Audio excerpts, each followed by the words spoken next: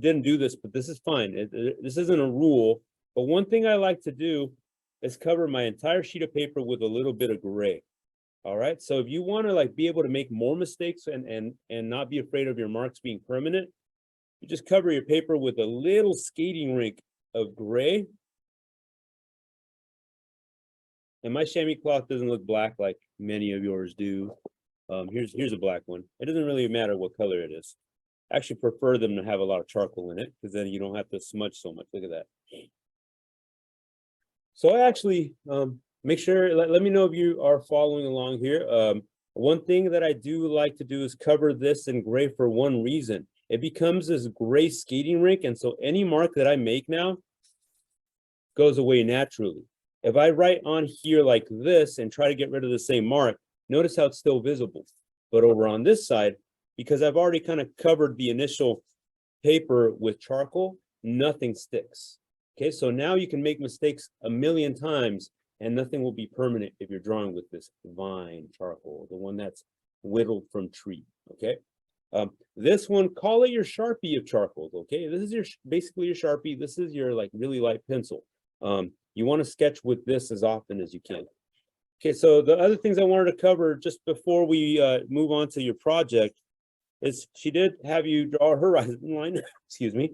That's great. She did have you draw a ball. That's great. All of you did a good job with that. I'd love to see the evidence. So I know she has that already somewhere.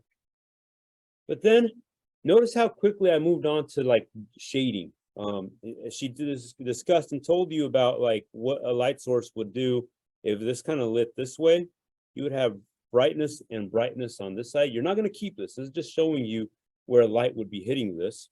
So everything else on the opposite side should be rather black. All right.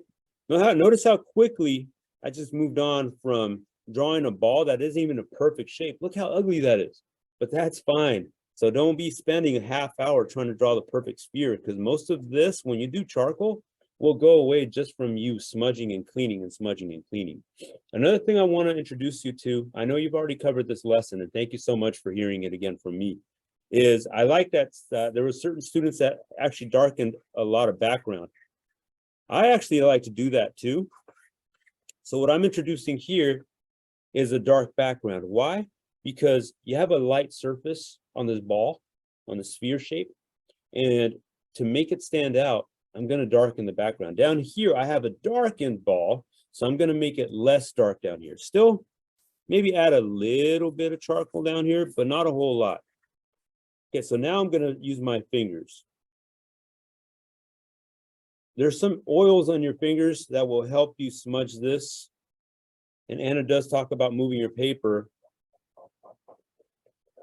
I know you've already seen this lesson. Just kind of giving you my 2 cents. Anna did a fantastic job of teaching this. I just want to make sure that you hear these few statements before your project. For those of you wondering what the project is, Anna mentioned it yesterday. You're going to be drawing from photograph. So what I'm telling you here is going to help you draw really fast. Okay. So in the first like 7 minutes of class, I'm almost done with this. I would call this about 80% done. The way you get to 90% done is you start using that compressed charcoal. We're moving away from this. You can still use it on occasion, but I want to show you what you do. Use your compressed charcoal.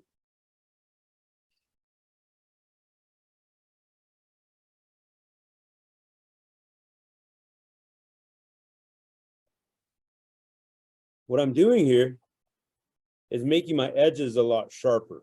And I didn't have to use that compressed charcoal, technically. I could have used the vine charcoal and it would have done the same thing. So let me show you how this works with vine charcoal instead. So notice one thing I do want you to think about, Logan, Tessa, Adriana, Amory, all of you. I can't see all your names. What I want you to do, Jade, is you want to take this charcoal and try to create a sharp edge and then blend in to your object.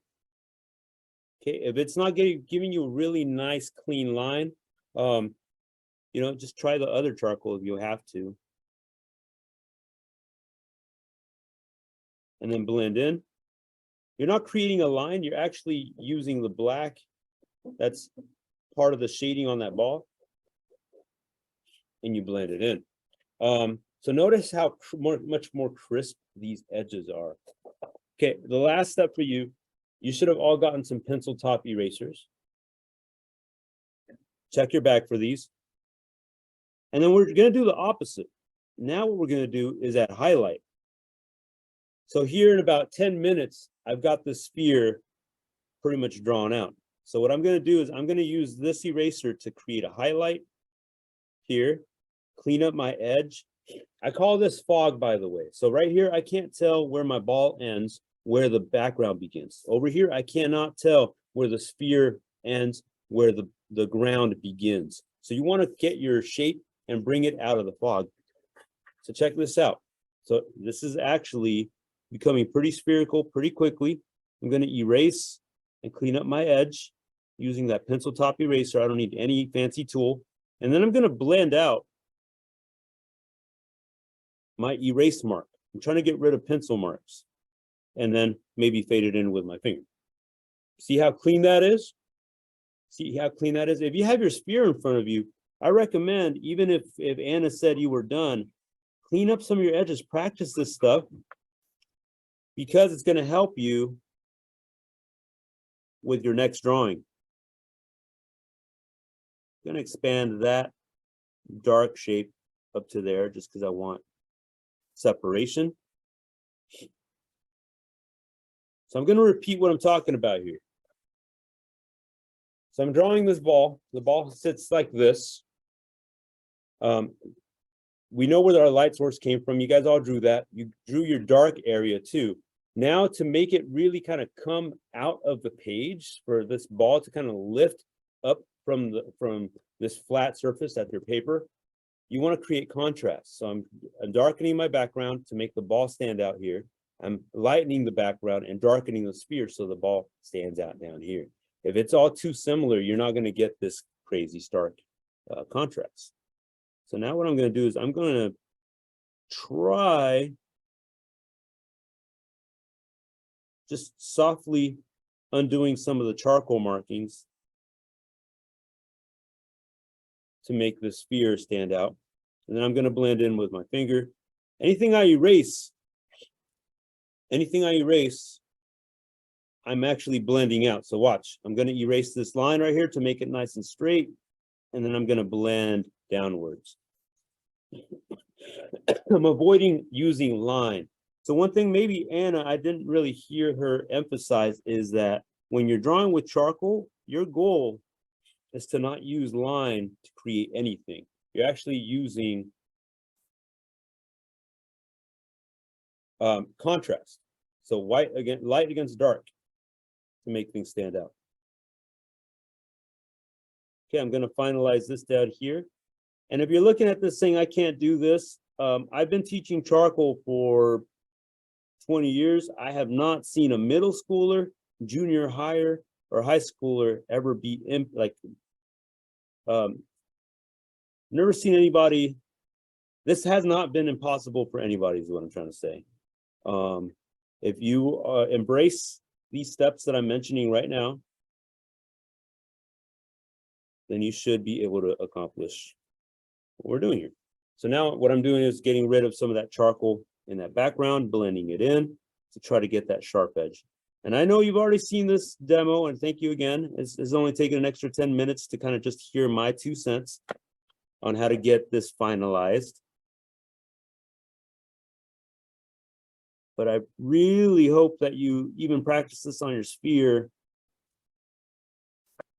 so you get some sharpness. Look at that. All right. Final step for you to make this feel like it's 3-dimensional. And drawing with the wrong thing. Please don't draw in pencil. What I recommend, oh yeah, here you go. Lesson on cast shadow. Doesn't matter what you're drawing here. I'm gonna draw this ball. Here's the background. Okay, you've already drawn that.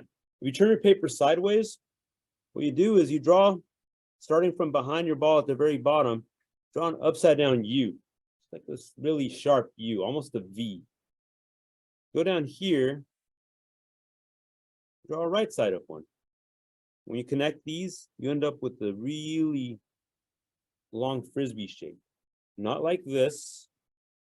Definitely not like this. It's not, I mean, you can go a little bit sharper. This makes more sense than any of these two. But then that's what we're drawing right here. I'm going to draw this upside down U, right side U. I'm going to go like this. And I'm just going to shade it using my Vine charcoal.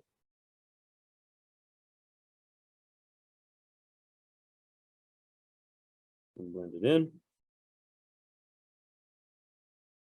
Maybe fade it out a little bit. Notice that my spear isn't crisp like I've been asking you guys to work on. And blend it out. Maybe it needs a little bit of cleanup. And I'm done.